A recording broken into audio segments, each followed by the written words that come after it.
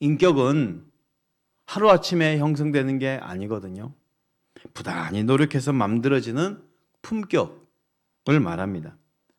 그 품격이 드러나서 몸으로 나타나기까지는 시간이 좀 걸리는 거잖아요. 우리가 한 사람을 대면해서 이렇게 서로 이야기도 해보고 이 사람의 됨됨이도 느껴보면서 이 사람 참 괜찮은 사람이야 이렇게 느끼기까지는 시간이 걸린다는 거죠. 그래서 인격은 다듬어 가야 되고 일단 눈에 보이지 않는 거예요. 그런 면에서 본다면 반대되는 개념은 뭡니까? 감춰져 있는 이 인격에 반대되는 개념은 보여주는 첫 인상, 첫 이미지라고 할 수 있어요.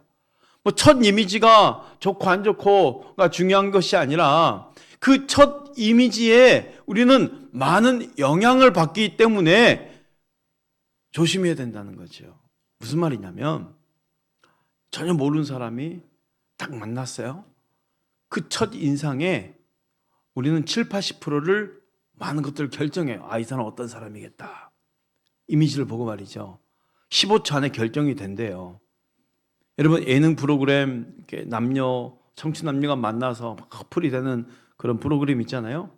거기에 많은 이슈가 있죠. 그 첫 만남 대면하는 시간에 누가 더 잘생겼고 누가 예쁘고 그 호감의 정도가 잘생겼고 예쁘고에 따라서 호감도 확 높아지지 않습니까? 자, 무슨 말을 드리고자 하냐면 보이는 이 이미지에 강력한 힘이 있다고 알려드리고 싶은 거예요. 힘이 있어요. 근데 이게 자칫 우리가 잘못하다 보면 실수할 수 있다라는 거죠. 왜요? 우리가 보는 것과 하나님 보는 것은 다르기 때문에. 우리는 보여지는 것에 영향을 받아요. 광고를 보더라도 우리가 쓰고 있는 물건들, 또 전자제품들, 집안의 가구들 보면요. 요즘 기업체에서 광고를 낼 때도요. 이 물건들을 얼마나 예쁘게 만든지 모르겠어요. 그래서 제품 설명보다는 이게 얼마나 예쁜지를 부각시켜요. 각인을 시켜요. 이게 정말 예쁜 물건이다. 제품 설명보다는 그 이미지를 많이 노출시키는 거죠. 왜요? 우리가 그게 보여지는 것에 영향을 받고 있는 것을 알기 때문에. 좋은 이미지를 가꾸는 것은 잘못된 것은 아닙니다. 내 속사람의 모습처럼 나 자신을 단정히 할 필요가 있어요. 누가 보더라도 예수 믿는 이 사람이 나는 누구이고 무엇을 하며 살아야 되는지를 보여줘야죠. 그러나 본질이 아닌 외적인 것에 치우치다 보면 그 본질을 오해하거나 착각할 수 있다는 거예요. 우리 인간은 보는 것에 실수할 수 있기 때문에. 아까 말씀드렸듯이 우리가 보는 것과 하나님 보는 것은 다릅니다. 하나님은 중심을 보십니다. 절대로 착각하지 않습니다. 우리는 실수할 수 있습니다. 가치관이 있었어도 세상의 가치관과 하나님의 가치관이 다르죠. 세상의 가치관은 당장 눈에 보이는 이미지지만 하나님의 가치관은 눈에 보이지 않는 인격이라는 거예요. 그래서 하나님 자녀인 우리는 하나님의 기준대로 하나님의 가치관에 따라 결정하고 선택하고 바라볼 수 있어야 되는 거예요. 그런데 우리 눈에 보이는 것에 지배받는다고 그랬잖아요. 이스라엘 백성들이 왕을 세울 때에도 그랬다는 거죠. 눈에 보이는 대로 세상의 가치관을 따라간 것입니다. 하나님이 왕을 세워주기 전에 이미 이스라엘 백성들이 왕을 원했어요. 그들이 왕을 원한 이유는 세상 다른 나라들과 똑같이 되고 싶다라는 게 이유였어요. 말씀 볼까요? 사무엘상 8장 5절 말씀입니다. 그에게 이르되 보소서 당신은 늦고 당신의 아들들은 당신의 행위를 따르지 아니하니 모든 나라와 같이 우리에게도 왕을 세워 우리를 다스리게 하소서 한지라. 백성들이 사무엘을 찾아가서 그럽니다. 당신 지금 나이가 늙었으니까 빨리 우리를 다스릴 왕을 주소서. 근데 그 왕을 달라는 이유를 뭐랍니까? 다른 나라들처럼 왕을 주세요. 다른 나라들 보니까 왕들이 너무 멋있거든요. 힘이 있거든요. 왕처럼 보이거든요. 우리도 그런 왕이 있으면 좋겠다는 거예요. 다른 나라처럼. 그런데 말은 그렇게 하지만 그들의 속마음은 다른 이유가 있었어요. 저들이 그 속마음을 말하지 않지만 하나님은 알고 계셨어요. 그래서 사울에게 뭐랍니까? 저들이 원하는 것은 하나님인 내가 저들의 왕이 되지 않기를 바라는 거야. 그래서 세상 왕을 원했던 거야 라고 정확하게 꿰뚫어서 사무엘에게 말해주는 거예요. 7절 이렇게 말합니다. 여호와께서 사무엘에게 이르시되 백성이 내게 한 말을 다 들으라. 이는 그들이 너를 버림이 아니요 나를 버려 자기들의 왕이 되지 못하게 함이니라. 실상은 나를 버려서 자기의 왕이 되지 못하게 하려는 거야. 하나님은 아셨어요. 다른 세상 나라처럼 되기를 원하는 그 속마음에는 하나님을 왕으로 섬기고 싶지 않다라는 거죠. 한마디로 백성들은 눈에 보이는 외적인 첫 이미지, 외적인 이미지를 따라간 거예요. 하나님이 이스라엘 백성들을 구원해 내신 것, 세상 다른 나라와 똑같이 되게 만들기 위해서 구원해 내신 것이 아닙니다. 구별된 나라, 거룩한 나라가 되기를 원하셨어요. 근데 이스라엘은 다른 나라와 똑같이 되고 싶다라는 거예요. 하나님은 그걸 알면서도 백성들이 원하는 왕을 주기로 하셨고 사울이라는 왕을 허락하셨습니다. 그 사울이라는 왕을 허락하실 때 하나님은 이스라엘 백성들이 그들이 원하는 왕을 선택할 수 있도록 그렇게 만들어 주셨어요. 다른 나라가 왕을 정하는 기준에 의거해서 왕을 주신 것입니다. 사무엘상 9장 2절 말씀 볼까요? 기스에게 아들이 있으니 그의 이름은 사울이요 준수한 소년이라. 이스라엘 자손 중에 그보다 더 준수한 자가 없고 키는 모든 백성보다 어깨 위만큼 더 컸더라. 사울의 어떤 됨됨이, 성품, 인격에 대한 부분 이야기가 없습니다. 그냥 준수해 잘생겼다는 거예요. 키가 크다는 거예요. 그럼 백성들이 누가 봐도 야, 키 크고 잘생겼어. 야, 우리 왕이 될 사람이야. 이렇게 선택을 해버린 거예요. 그런데 당시 이스라엘 백성들이 이런 세상적 가치관을 가졌다고 해서 비난할 수 있지만 우리 또한 그 비판에서 자유로울 수 있을까요? 우리야말로 외적인 것에 많은 집중을 하고 있지 않습니까? 영적인 것보다 외양에 꾸미는 것 더 많은 돈과 시간 허비합니다. 선택의 견적에 있어서도 보여주는 이미지 좌우가 됩니다. 하지만 하나님은 그 속에서도 일하고 계셨다는 거죠. 하나님의 선택을 보십시오. 이스라엘 백성들이 처음 왕을 세울 때 그 왕이 실패할 것을 알고서도 묵인하셨어요. 사울은 외적으로 아주 인상적인 사람이었지만 영적으로 보기 하나님이 원하시는 사람이 아니었네요. 사울은 당시 이스라엘 백성이 원하는 모든 기준에 합당했지만 정작 하나님의 마음을 찾는 그 전심은 갖지 못했어요. 그 여러 가지 불순종 중에 결정적인 불순종이 나오죠. 아말렉을 진멸할 때 다 진멸하라는 하나님의 명령에 좋은 것은 남겨두고 하찮은 것들만 다 진멸해버리는 거예요. 아니 하나님이 이렇게 좋은 걸 다 진멸하려고 그러지. 너무 아깝다. 아니 이 좋은 거를 없애버리면 어떡해. 너무 아까운 거예요. 하나님의 은혜 가운데 전쟁에 승리했는데 하나님은 다 진멸하려고 그랬는데 진멸하려고 보니까 좋은 것들이 너무 많거든요. 그래서 하찮은 것들을 막 없애버리고 좋은 것들은 다 자기가 쓰려는 거죠. 그러면서 핑계를 얻게 됩니다. 아, 하나님께 제사하려면 이 좋은 것 골라다가 제사를 드려야 돼서 그렇게 핑계를 대는 거예요. 그러면 자기 합리화하겠죠. 하나님 진멸하려 했으니 하찮은 것 다 진멸하면서 그래 이거 내가 써야겠다 하면서 이것 중에 뭐 일부는 하나님께 좀 드리면 되겠지. 아 그러면 하나님께 제사도 드리고 하나님 명령에도 순종했으니까 된 거 아니야? 이렇게 합리화했겠죠. 그런데 하나님은 그 중심을 다 알고 계셨어요. 그때 사무엘이 사울에게 했던 아주 유명한 말이 있습니다. 사무엘상 15장 22절 23절 말씀입니다. 사무엘이 이르되 여호와께서 번제와 다른 제사를 그의 목소리를 청종하는 것을 좋아하심같이 좋아하시겠나이까. 따라합시다. 순종이 순종이 제사보다 낫고 제사보다 낫고 듣는 것이 듣는 것이 순양의 기름보다 나으니. 순양의 기름보다 나아. 하나님 뭘 원하신다는 거예요? 순종을 원하시는 거예요. 하나님의 말씀을 듣는 것을 원하시는 거예요. 그런데 사울의 결정적인 그 죄는 뭡니까? 불순종입니다. 불순종이 얼마나 큰 죄인지 아십니까? 불순종은요, 처음 사람 아담이 하나님께 지었던 죄잖아요. 그 불순종의 죄로 말미암아 하나님과 단절이 찾아왔어요. 온 인류가 저주받아 사망이 찾아왔어요.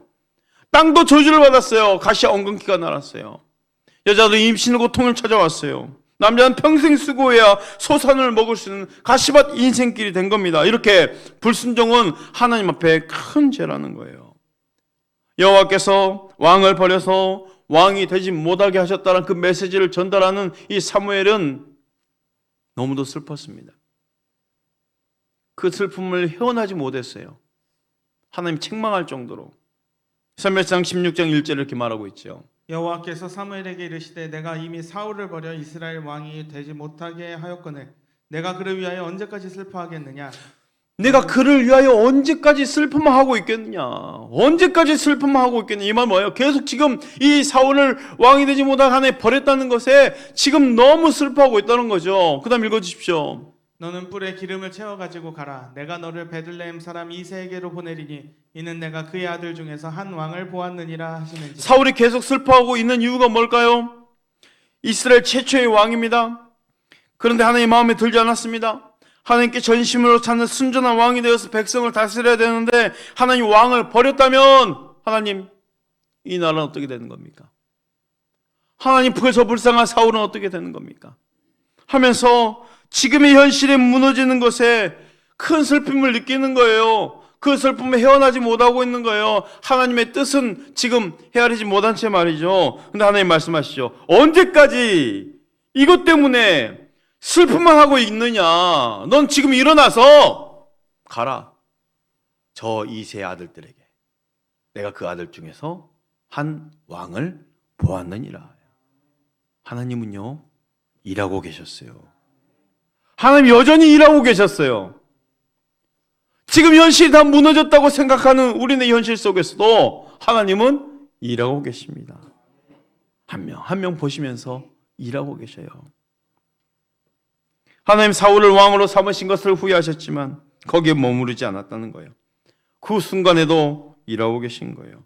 하나님 사무엘에게 슬픔에 머무르지 말고 일어나 가라 하세요. 이제는 자신의 마음에 맞는 사람을 왕으로 세우기 위해 사무엘을 보낸 거죠. 이미 하나님은 어떤 사람을 원하시고 어떤 사람을 선택하고 어떤 사람을 하나님 찾으시는지를 이미 일전에 말씀하신 적이 있어요. 사무엘상 13장 14절 말씀에 이렇게 말합니다. 지금은 왕의 나라가 길지 못할 것이라 여호와께서 왕에게 명령하신 바를 왕이 지키지 아니하였으므로 여호와께서 그의 마음에 맞는 사람을 구하여 여호와께서 그를 그의 백성의 지도자로 삼으셨느니라 하고. 사울 버리면서 하나님 말하죠. 그의 마음에 맞는 사람을 구하여 여호와께서 그를 그의 백성의 지도자로 삼으셨느니라. 누구를 구한다고요? 마음에 맞는 사람입니다. 여호와께서 그의 마음에 맞는 사람을 하나님이 찾으시는 사람의 기준이라는 거예요. 여기에 분명한 사실이 있어요. 사람이 보는 것과 하나님 보는 것이 다르다라는 거죠. 우리가 보는 것과 하나님 보시는 것이 다르다는 거예요. 우리는 외적인 모습에 영향을 받아서 외적인 것을 먼저 보지만 하나님은 중심을 보신다는 거죠. 하나님은 사울을 버린 순간부터 하나님 보시기에는 이새의 아들 다윗을 왕으로 보고 계셨던 거예요. 사람의 보는 눈과 다르다는 거죠. 우리는 눈에 보이는 시선에 익숙해져 있죠. 그래서 보이는 것에 인정받고자 하는 것에 익숙해져 있습니다. 사람들은 여전히 사울을 왕으로 여기지만 하나님의 시선은 달랐습니다. 심지어 사무엘조차도 그 외적인 이미지에 영향을 받고 있는 것을 본인 스스로도 모르고 있는 거예요. 하나님 사무엘에게 이새의 집에 가서 그의 아들 가운데 한 사람을 왕으로 기름 부으라 하셨지만 어떤 아들인지는 미리 말하지 않았거든요. 그러니 사무엘이 이새 집에 도착해서 아들들을 다 한번 면접을 보려고 들여보내라 하니 이 이새가 큰아들부터 차례대로 보내는 거 아닙니까? 근데 큰아들 엘리압을 다 들여보내니 엘리압을 보자마자 사무엘이 감탄을 한 거예요. 야, 왕이 될 아들이 여기 있구나. 그 외적인 용모와 그게 아주 보기 좋았나 봐요. 엘리압을 보면서. 그래서 뭐랍니까? 여호와의 기름 부으실 만한 자가 여기 있구나. 근데 하나님은 사무엘의 중심도 딱 읽어보시면서 아주 유명한 오늘 본문 말씀 바로 이 말을 하죠. 7절 말씀입니다. 우리 다 함께 읽어볼까요? 시작. 여호와께서 사무엘에게 이르시되 그의 용모와 키를 보지 말라. 내가 이미 그를 버렸노라. 내가 보는 것은 사람과 같지 아니하니 사람은 외모를 보거니와 나 여호와는 중심을 보느니라. 아멘. 사람은 외모를 보거니와 나 여호와는 중심을 보느니라. 순간 사무엘도 이 외적인 이미지에 넘어가 버렸어요. 그렇게 영적인 자가 영적으로 민감했어요. 그러나 그도 결국 눈에 보이는 외적인 이미지로 처음 판단을 한 거예요. 하나님이 용모나 키를 보지 말고 그 마음의 중심을 보신다는 말씀의 의미는 무엇일까요?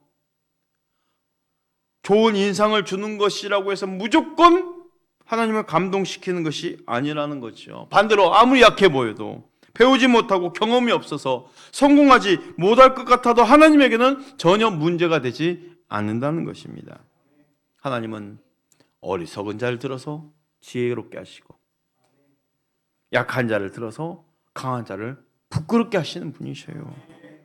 하나님께서 찾으신 심령은 하나님이 원하시면 언제든지 자신 자신을 드릴 수 있는 자원하는 마음을 가진 하나님을 향해 열심을 내는 자들입니다.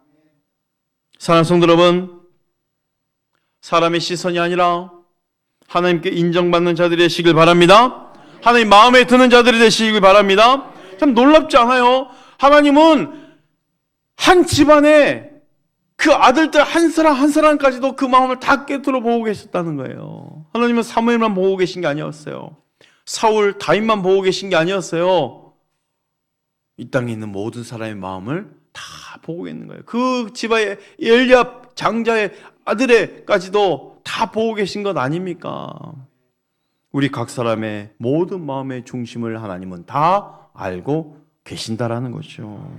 그런데도 우리는 여전히 다른 사람의 보기 위해서 외적인 것만 갖추기 위해서 부단히 노력하고 있다는 거예요. 다시 한번 말씀드립니다. 하나님이 보는 것은 사람이 보는 것과 다르다는 것입니다. 하나님 시선 속에 알게 된 또 다른 사실이 있어요. 하나님은 지금의 나를 보는 것이 아니라 앞으로 되어질 모습을 봤다라는 거예요. 저 들에서 양을 치는 다윗을 보면서 한 왕을 보았느니라예요. 다윗이 앞으로 되어질 그 모습을 봤다라는 거죠. 그러니 이 또한 놀랍지 않습니까? 참 이상하죠. 그런데 사무엘이 이세 아들들을 다 지켜보는데 하나님의 응답이 없는 거예요. 아니 아들들을 다 지나갔는데 분명히 이세 아들 중에 한 명이라고 그러는데 왜 하나님이 말씀하지 않으시지? 이세에게 물어봅니다. 네 아들 다 있니? 아직 말째가 저 들에서 양을 치는데 무슨 말이에요? 이 마지막 막내 아들 다윗은 이름조차도 거명되지 않았어요. 그리고 이 면접에도 들어갈 자격이 없다라고 이세 아버지가 생각했던 거예요. 7명의 아들과 한 명의 아들이 인생이 다른 인생을 살았거든요. 사실 다윗은 이 시편의 고백을 하면서 그랬잖아요. 부모에게 버림받았다라고 고백하는 게 있잖아요. 아마도 7명의 아들과 지금의 집에 있는 어머니와 관계가 아마 모르는 그런 상황이 내재되어 있는 상황이겠죠. 그래서 다윗은요, 저 들에서 양을 치는 별개의 삶을 살고 있는 아들이었던 거예요. 아버지 이세에게조차도 이 자격에 들지 못하는 아들, 이름조차도 거명되지 않는 아들이었던 거죠. 처음 초대받지 못했을 뿐만 아니라 가능성이 없다는 거예요. 여러분, 내가 가능성이 없어 보입니까? 자격이 없습니까? 내 자녀들이 볼 때 물질 하나 물려줄 수 없는 그 부족함을 느낍니까? 아닙니다, 여러분. 다시 한번 축복합니다. 하나님께 인정받으면 됩니다. 하나님 마음에 맞는 자가 되도록 힘쓰시길 바랍니다. 우리를 빚어가신 하나님이시네요. 성품 여행을 2달 동안 떠난다고 그랬잖아요. 하나님이 이 다윗을 어떻게 만들어 가시는지 볼 거예요. 빚어가시는 거예요. 가이사랴 빌립보에서 사랑한 제자 베드로가 정말 남들이 할 수 없는 위대한 고백을 했어요. 주는 그리스도십니다. 살아계신 하나님의 아들이십니다. 그 고백 위에 우리 주님 뭐라고 하십니까? 내가 이 반석이, 너는 베드로다. 내가 이 반석 위에 내 교회를 세우리니 은배곤세가 이기지 못하리라. 야, 이 베드로, 이 반석 위에 주님이 교회를 세우시겠다는 거예요. 근데 정작 그 시간, 그 당시에 베드로가 교회를 세울 만한 인물이 되냐는 거예요. 전혀 아니죠. 금방 무너질 랜데. 근데 뭐예요? 앞으로 되어질 모습. 빚어 가시겠다는 거예요. 베드로의 지금 모습이 아니라 빚어 가시겠다는 거예요. 위대한 전도자 바울을 보십시오. 그 다메섹에 예수 믿는 자를 잡아 죽이기 위해서 가는 그 발걸음 가운데 부활의 그 영광을 본 주님이 빛을 비치고 바울을 꼬꾸러뜨리죠. 그리고 바울을 어떻게 세우시겠다는 거예요? 이방인의 사도로 세우시겠다는 거예요. 지금은 당장 예수 믿는 자를 잡아 죽이고 있는 그 아주 위협적인 인물인데 하나님이 바울을 빚어가시겠다는 거예요. 빚어가시겠다는 거예요. 여러분, 정작 나 자신도 모르는 귀하게 쓰임받게 될 앞으로의 나의 모습이 있다는 것입니다. 앞으로의 모습이 있다면 지금의 모습은 앞으로의 모습을 위해서 준비하는 시간이 되어야 되는 거죠. 분명한 사실은 지금의 내 모습도 과거에 내가 있기 때문에 지금이 내가 있는 것 아니겠습니까? 그렇다면 앞으로의 모습이 있는 게 분명한데 지금 이 시간을 헛되이 보내지 마시길 바랍니다. 다윗은요, 그 주어진 일의 성실함으로 사자와 곰으로부터 양떼를 지킬 때 그 훈련이 골리앗과의 싸움에서 골리앗을 잡는 힘이 되었잖아요. 성실함입니다. 전쟁에서 용맹하게 싸우는 용사가 되었어요. 이미 사자가 양을 집어갔으면 그 양은 살았습니까? 죽었습니까? 죽었어요. 근데 그 죽은 양을 되찾기 위해서 그 사자를 쫓아가서 사자를 잡아 그 입을 찢고 그 입 속에 있는 그 죽은 양을 끄집어내서 가져옵니다. 그게 다윗이었어요. 그 죽은 양이라도 가져와서 내가 지키는 양떼 수가 이렇게 채워졌다는 것을 다시 한번 알려줄 수 있는 그 책임감이 한 영혼 한 백성이라도 보살피고자 하는 왕의 성품이 된 것 아니겠어요? 하나님이 다윗을 고른 이유는 그의 외모 때문이 아니라 그의 마음 때문이라는 것을 기억하시길 바랍니다. 세상의 다른 사람들은 자신을 드러내려고 온갖 기회를 잘 살리고 애쓰고 온갖 전략을 짜더라도 사랑하는 성도님들은 먼저 하나님을 찾으시길 바랍니다. 여러분 마음이 하나님과 합한 자가 될 수 있기를 바랍니다. 하나님이 때가 되면 어느 순간이라도 여러분을 위해서 어떤 문이라도 열어주실 거예요. 하나님의 능력과 지혜와 사랑이 여러분 가운데 잘 드러날 수 있기를 축복합니다. 하나님 자격을 갖춘 사람을 부른 것이 아닙니다. 마음에 맞는 자를 부르셔요. 그리고 빚어가셔요. 부름받은 자에게 힘과 능력을 더해 주셔요. 사도 바울이 이렇게 고백하죠. 고린도서 4장 7절에 이렇게 말합니다. 우리가 이 보배를 질그릇에 가졌으니 이는 심히 큰 능력은 하나님께 있고 우리에게 있지 아니함을 알게 하려 함이라. 질그릇 같은 자기 존재예요. 쓰임받기에 참 부족한 존재예요. 그런데 이 질그릇 같은 자기에게 뭘 담았어요? 보배를 담았어요. 그러니 내가 능력됐다는 거예요. 이 능력이 보배에게 있기 때문에 질그릇 때문에 능력이 아니고 보배 때문에 능력이 되는 거예요. 내 안에 그리스도를 담았기 때문에 우리가 능력이 되는 거예요. 하나님께서 사무에게 맞춰 내가 너를 베들레헴 사람 이새에게로 보내리니 이는 내가 그의 아들 중에서 한 왕을 보았느니라 그랬어요. 어떤 아들이라고 말 안 했어요. 한 왕이라고 그랬어요. 하나님은 다윗만 봤을까요? 하나님은 다윗의 줄기를 통해서 나오게 될 메시아 예수 그리스도 만왕의 왕까지 다 보고 계셨던 거예요. 그 이세 줄기를 통해서 다윗에게 담아놓으신 그 그리스도 그 한 왕까지 다 보고 계셨다는 거죠.